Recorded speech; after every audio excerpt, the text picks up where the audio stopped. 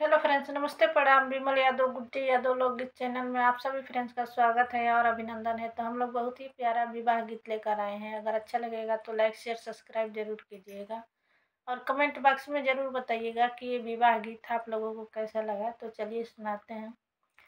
कौने बारना हउए फुलावा के रंगावा, कौन बारना झरी जाय जी। कौन बारना हउए फुलावा के रंगावा, कौन बारना झरी जाय जी। कवनी बारन हाई मलिनी बिटियुआ, मोरे कंताली हाले भोराय जी। कवनी बारन हाई मलिनी बिटियुआ, मोरे कंताली हाली भोराय जी। चंद्र बारना हउए फुलावा के रंगावा, सूरा बारना झरी जाय जी। चंद्र बारना हउए फुलावा के रंगावा, सूरा बारना झरी जाय जी। सेनुरा बारन हाई मलिनी बिटियुआ, मोरा कंताली हाली भोराय जी। सेनुरा बारन हाई मलिनी बिटियुआ, मोरा कंताली हाली भोराय जी। जब हम होइबे अपने पापा के धियावा, मालिनी के देबो उजार जी। जब हम होइबे अपने पापा के धियावा, मालिनी के देबो उजार जी।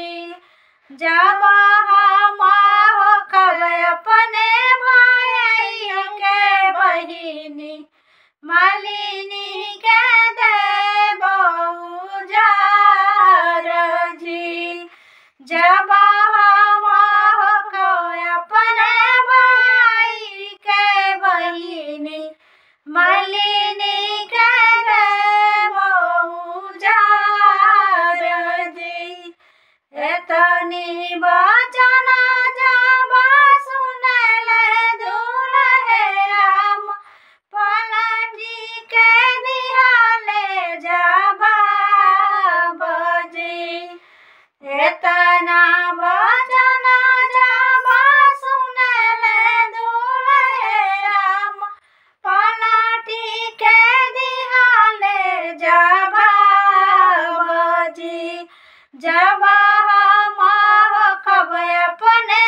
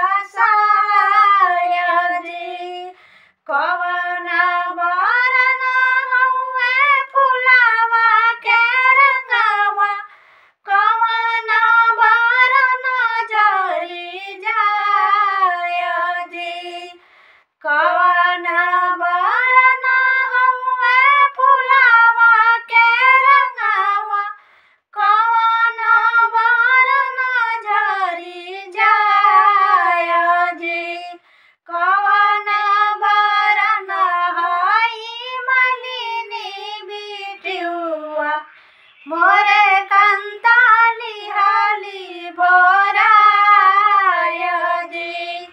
कवन बरन हई मलिनी बिटियुआ मोरे